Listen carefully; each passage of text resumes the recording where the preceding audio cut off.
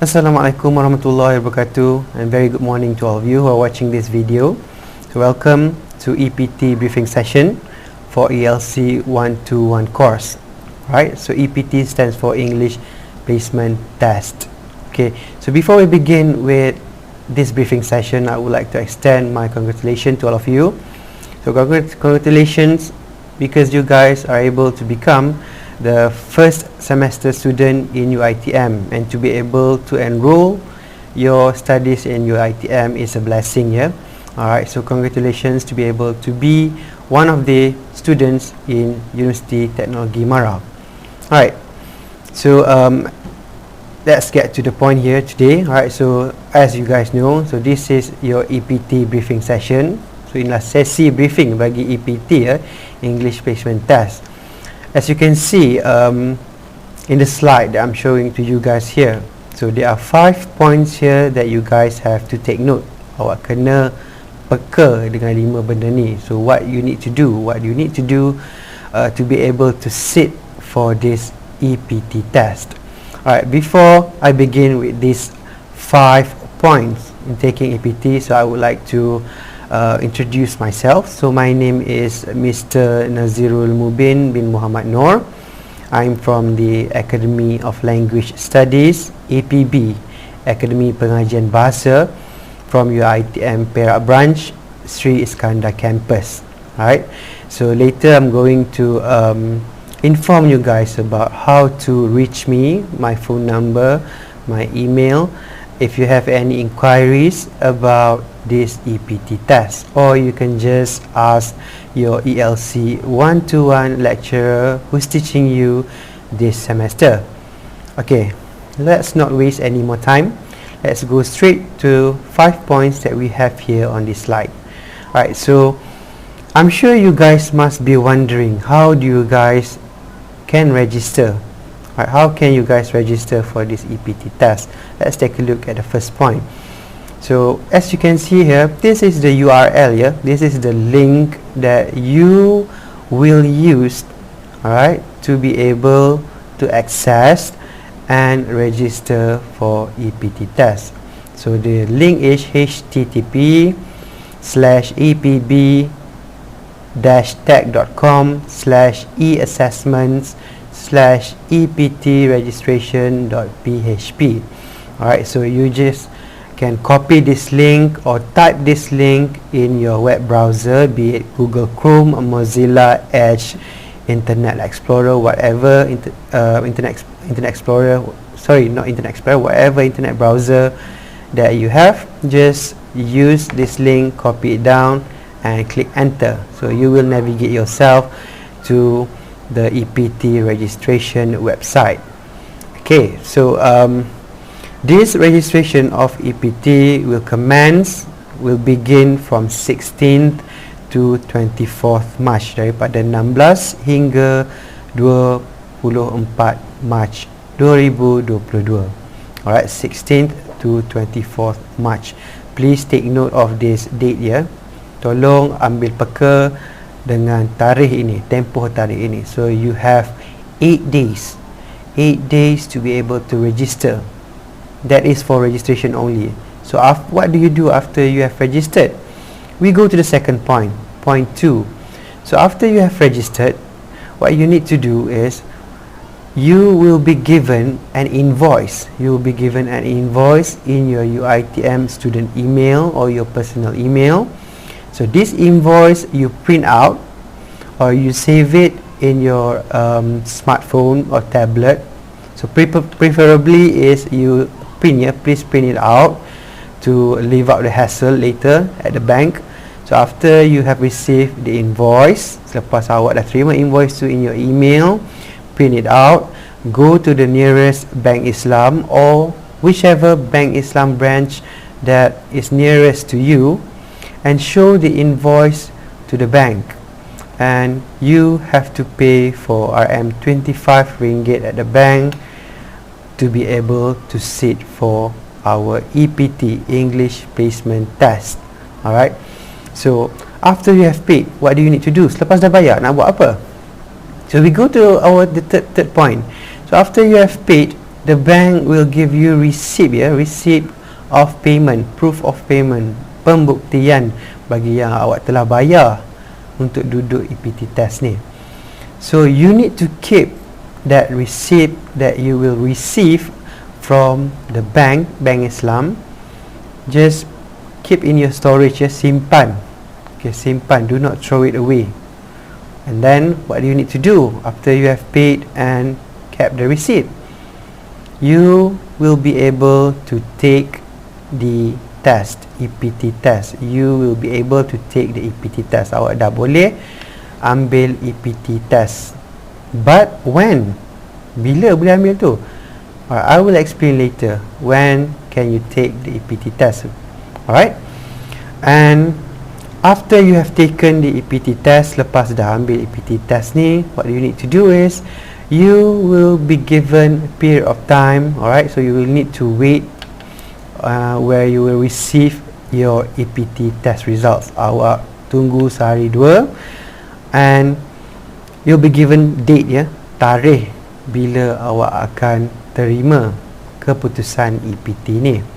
Alright, so we are going to take a look in detail. Kita akan tengok secara terperinci bila nak buat pembayaran, bila nak duduk exam EPT ni, bila awak akan dapat awak punya keputusan. We will go in detail. Alright, take a look at EPT. So this is a slide of the EPT. I'm going to introduce you guys to the EPT. Alright, so take a look at point number 1. We have 6 points altogether here. Alright, point number 1. So EPT is an optional or non-compulsory test open to all new intake diploma students of UiTM. Decision to sit for the test is totally on voluntary basis. Apa maksud semua ni? Maksudnya kat sini EPT ni adalah optional, pilihan. So awak tidak dipaksa untuk duduk, tapi awak disarankan untuk duduk. Bukan paksa je, cuma saranan. Non-compulsory itu maksudnya tidak wajib, tetapi awak disarankan dan digalakkan. If you feel that your English language proficiency level is good, alright, awak rasa awak dah bagus dan awak nak skip ELC 121 for your first semester here in UiTM, so you may sit for EPT. Awak boleh duduk untuk EPT untuk tidak mengambil kursus ELC 121 ni pada semester pertama. And it is totally on voluntary basis, secara sukarela. Tiada bentuk paksaan di sini. Alright, so we go to the second point. So Akademi Pengajian Bahasa, APB, the department that is handling this EPT, has the right to reject any application. Alright, so kursus bahasa ni disediakan oleh Akademi Pengajian Bahasa. Okay, dan kursus bahasa ini pihak daripada Akademi Pengajian Bahasa mempunyai hak untuk menolak permohonan EPT daripada calon-calon yang memohon jika ada sebab-sebab tertentu. And usually, alhamdulillah, there is no rejection so far for candidates that wish to take EPT. Setakat ni tiada sebarang rejection lagi lah. So alhamdulillah. And we go to our third point. So EPT results are final and no appeal from candidates will be entertained. So what does it mean?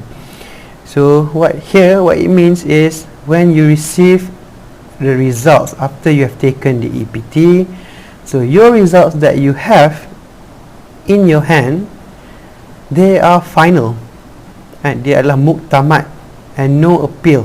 Tiada sebarang bentuk rayuan yang boleh dibuat oleh calon-calon untuk duduk sekali lagi. Okay, so this is only one time, hanya sekali saja EPT boleh dibuat. Okay, so we move on to the fourth point. So the process of seeking for credit exemption is the candidate's responsibility, and APB, Academy of Language Studies, shall not be made responsible for any delay or failure in getting the exemption. So dalam untuk membuat EPT ni, maksudnya kat sini awak buat EPT ni untuk tidak mengambil ELC 1-1. Okay, so sebarang bentuk kegagalan atau lambat mendapat result bukanlah jatuh pada Akademi Pengajian Bahasa, ya. Alright, so however APB will play its role in assisting the exercise. Tetapi jabatan APB juga, Akademi Pengajian Bahasa, akan membantu untuk para calon tidak menghadapi sebarang masalah dalam bentuk lambat dapat keputusan ataupun kegagalan.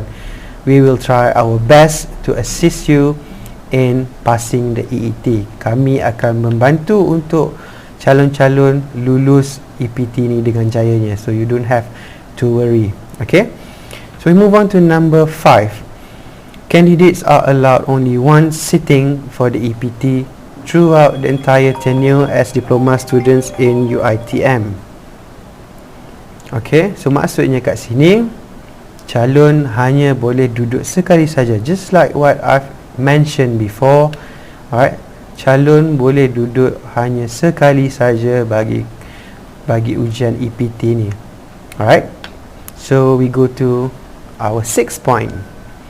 EPT is meant for the exemption of ELC 1-1 course only. So what does it mean?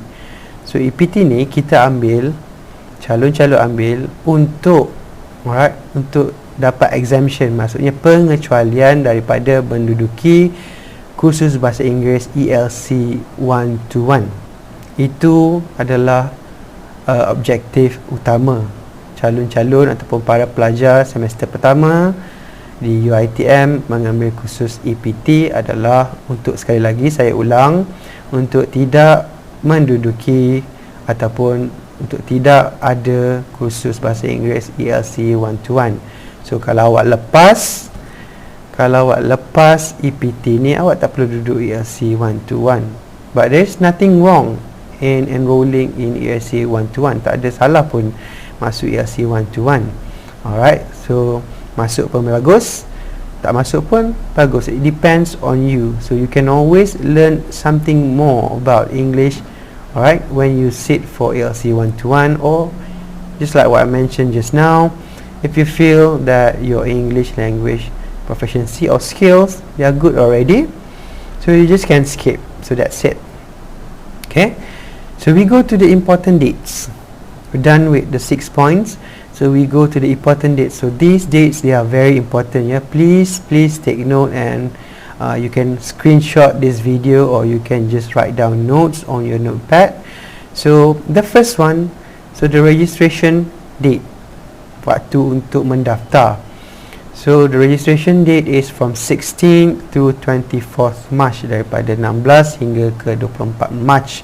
So you have 8 days to register. Ada 8 hari untuk mendaftar. The second is payment dates, ya. Alright, tarikh untuk menyelesaikan pembayaran untuk duduk EPT ni. So it's from 18th to 28th March 2022, daripada 18 hingga 28 March 2022. Awak ada 10 hari untuk buat pembayaran. The third is 1st and 2nd April, which is the test dates. Okay, ini amat penting, ya. So after you have registered, after you have paid, so you need to sit for your test. So these are the dates, 1st and 2nd April, 1 dan 2 April, bulan 4. Alright, so you will be sitting for your test. Akan duduk ujian EPT ni pada 1 dan 2 April. The last one, the last date is 5th April 2022 is the date that you will receive your EPT results. 5 hari bulan 4, 5 hari bulan April, awak akan dapat awak punya keputusan bagi ujian EPT ni. Okay, done with that. We're done with that. So please just screenshot this part of the video of the important dates. Alright, always be reminded about the dates. Sentiasa ingat tentang tarikh-tarikh ini. And I'm going to move to the next one, The next slide is introduction. So what is EPT? So although I've briefed to you what is EPT just now, so let's take a look again about what is EPT. So EPT is the English Placement Test. It's a one-time assessment designed to assess students' approximate level of English grammar and usage. The test takes around 1.5 hours to complete. EPT consists of 3 subsets: listening comprehension, reading comprehension, and closed passage. Students who achieve a score of 80 and above are given the exemption of taking ELC 121. So what does it mean?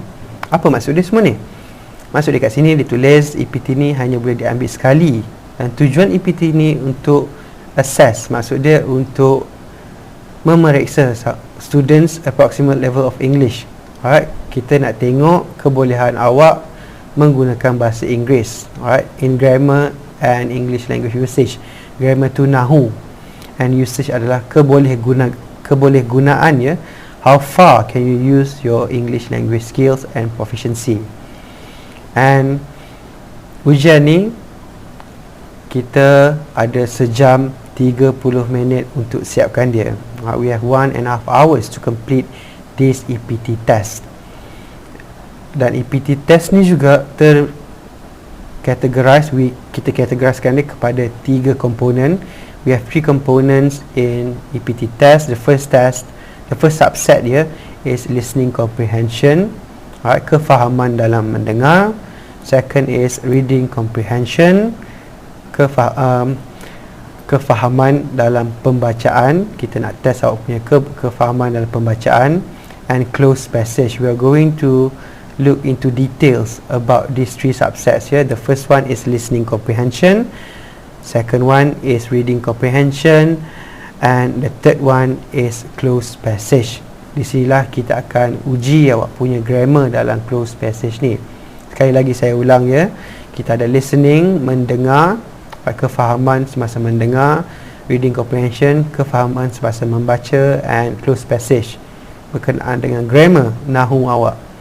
Students who achieve a score of 80 and above are given the exemption of taking ELC 121. Maksud dia kat sini, calon-calon yang mendapat markah 80 ke atas akan dikecualikan daripada menduduk ataupun mengambil kursus ELC 121.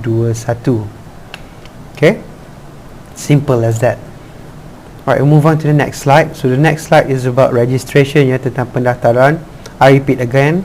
Alright, so how do you guys register for EPT test? Again, navigate yourself to the link http://eassessments/ept-registration.php from 16 to 24. So awak pergi je dekat link ni daripada 16 hari bulan hinggalah ke 24 hari bulan Mac untuk awak ambil dan register awak punya EPT. So how much is the fee? Berapa kena bayar? So RM25. After you have registered, you will receive an invoice in your email. Print out the email, bring it to the nearest Bank Islam and pay RM25 so that you will receive the receipt. Awak akan terima receipt daripada bank. So how do I pay the fee? Again, alright, so again, once you are registered, so your UiTM will give you an invoice. Go to the bank and pay, and you will receive a receipt. Awak akan terima bukti pembayaran. And you can do and make this payment at Bank Islam, ya. Awak boleh buat pembayaran ni dekat Bank Islam. Okay, done. You're done with that. So we move on to our FAQ, frequently asked questions, that you can see here in the screen. The first one is, what is EPT? So EPT stands for English Placement Test. Okay, test designed to assess students' approximate level of English grammar and usage. So what is EPT for? So EPT is for the exemption of taking ELC 121 in the first semester. Who can sit for APT? A registered first semester diploma student of UiTM. Pelajar UiTM semester pertama yang berdaftar sahaja boleh duduk untuk EPT. So when is EPT conducted? Bila dia dibuat? EPT is conducted in the first week of the semester, dibuat pada minggu pertama semester. Or if there is any changes regarding the date of EPT, your lecturer will inform you about these changes. Okay, awak punya pensyarah akan maklumkan tentang perubahan tarikh EPT. And usually there is no changes, selalunya tidak akan ada perubahan, and insyaAllah you will take EPT based on the dates that I've explained just now. Awak akan ambil EPT berdasarkan tarikh-tarikh yang telah saya terangkan tadi pada slide-slide yang lepas. So kalau terlepas tarikh tadi, you can always reverse this video and look at the dates, tengok balik tarikh tu bila. And the most important one is, where is EPT conducted? So because of ODL, because of COVID-19, so EPT will be conducted online and can be taken anywhere.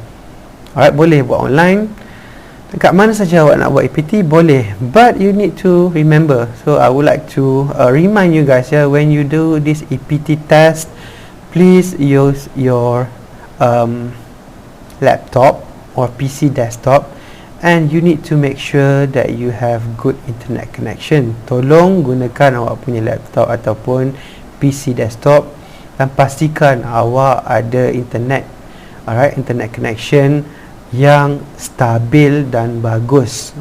Because it is afraid that not having good internet connection is going to disturb you when you are doing this EPT. Dia akan kacau bila awak buat EPT nanti kalau tak ada internet connection yang bagus. How many times can I sit for EPT? So you can only sit for EPT for only once. Alright, awak boleh duduk EPT ni, ambil test ni hanya sekali pada semester pertama sebagai pelajar diploma UiTM. Alright, okay, done with that. So we're going to take a look at EPT test format. As you can see here in the slide, alright, I put here. Alright, so EPT, it is divided into three components here, three subsets, just like what I've mentioned before. Subsets. The first subset is listening component. Okay, component pendengaran, ujian mendengar, is where you have 20 questions. So ada 20 soalan. So these questions will cover tasks. Alright, different three tasks. Task A, news item, awak akan dengar berita, berita. Task B, talk, awak akan dengar ucapan. And task C, dialogue, awak akan dengar perbualan between two or more people in the recording. Awak akan mendengar bahan-bahan pendengaran ni. Again, pertama adalah bahan berita, orang bercakap pasal berita. Yang kedua adalah talk, speech, ucapan. Yang ketiga adalah dialogue, perbualan. So all these three tasks will be covered in 20 questions. So 20 soalan bagi semua ketiga-tiga task ni, tugasan ni. And then the second one is reading comprehension. Okay, kefahaman dalam membaca. So you'll be given 5 short passages and 10 questions. Awak akan diberi 5 halaman pembacaan, 5 bahan pembacaan, dan juga 10 soalan berdasarkan 5 bahan pembacaan ini, Okay, that is for reading comprehension. And the last one, to test your grammar, so you'll be given closed passage. In this closed passage, calon-calon akan diberi, you'll be given 2 short passages. Awak akan diberi 2 halaman, 2 bahan pembacaan. And out of these 2 short passages, you'll be given 20 questions. Awak akan diberi 20 soalan berdasarkan 2 halaman ataupun bahan pembacaan ini yang awak telah baca. Okay, so again, 3 subsets, 3 components. The first one, listening component. Second one is reading comprehension, and the third one is a closed passage. Okay, so I hope you guys understand the structure of this EPT test. Very simple, sangat-sangat simple, sangat ringkas.